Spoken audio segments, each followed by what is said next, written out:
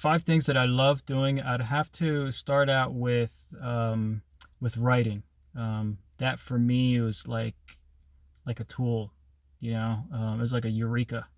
I was advised by a wise person when I was having, I don't know, some issues, I guess, to get my feelings out on paper and that it would work as a form of release. I realized that in that process, I could look at my thoughts, but not just that, that the thoughts were playing in loops in my head. So by writing, the pen was a tool to stop that from happening and to progress forward from that. Uh, which leads me to number two is learning. That's another thing that I like to do, and this was really enhanced by writing because it was like my curiosity was something that I kind of lost growing up in school because of the way that I see things, the way that I process information is quite different.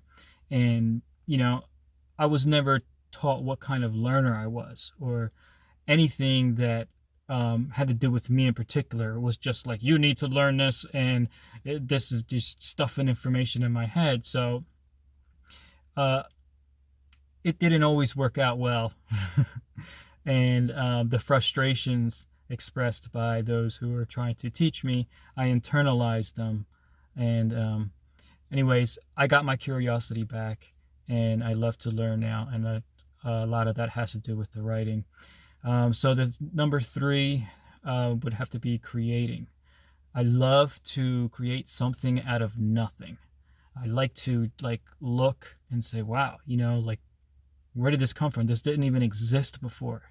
I don't know, it drives me. Another thing is exercising. That for me is like key. It's mostly like a delayed gratification, but it definitely pays off in so many ways. And then lastly would be working with my hands on like mechanical, electronic devices or construction. I just like troubleshooting in general. And, that's how it actually started when I was a kid with my toys. Um, so it just kind of like naturally progressed. So that's why, writing is number one. And that's how like I'm able to use writing as a tool, and it's kind of like a metaphor with what I was originally doing with my hands. So 5 things that I'm good at. I'd have to start out with relating, which obviously you see there's a theme there, but also relating to people. Um, Found that when the more I interacted with people, the more that I had to solve problems in life with the experience that I already had with by working on objects, the more that there was like a formula to it, and this formula like applied to everything, to solving problems in general. So relating in all ways. Another thing would be analyzing, which obviously I just kind of broke that down. Um, and then number three would have to be beatboxing. I had to mention that because I just like to kind of create my own soundtrack to my life. So I guess I got to beatbox now. Um,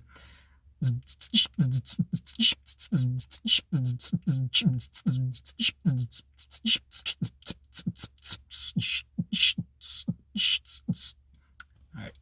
Uh, Counseling would be another one. Counseling.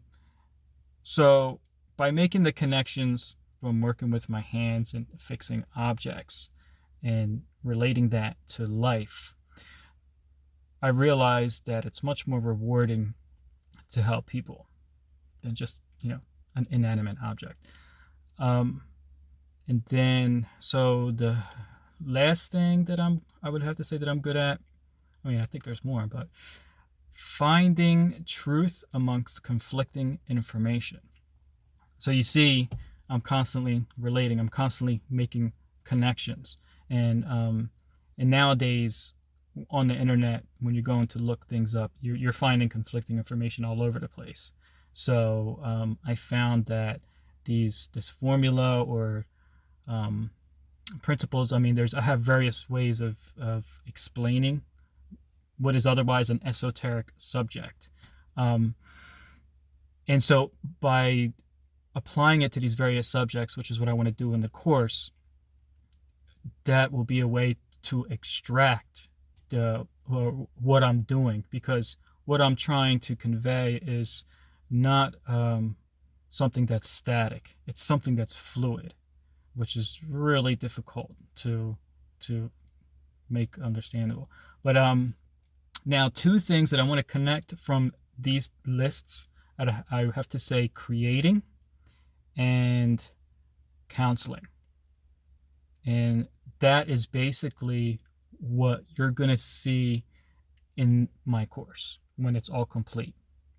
So that's it. Thanks.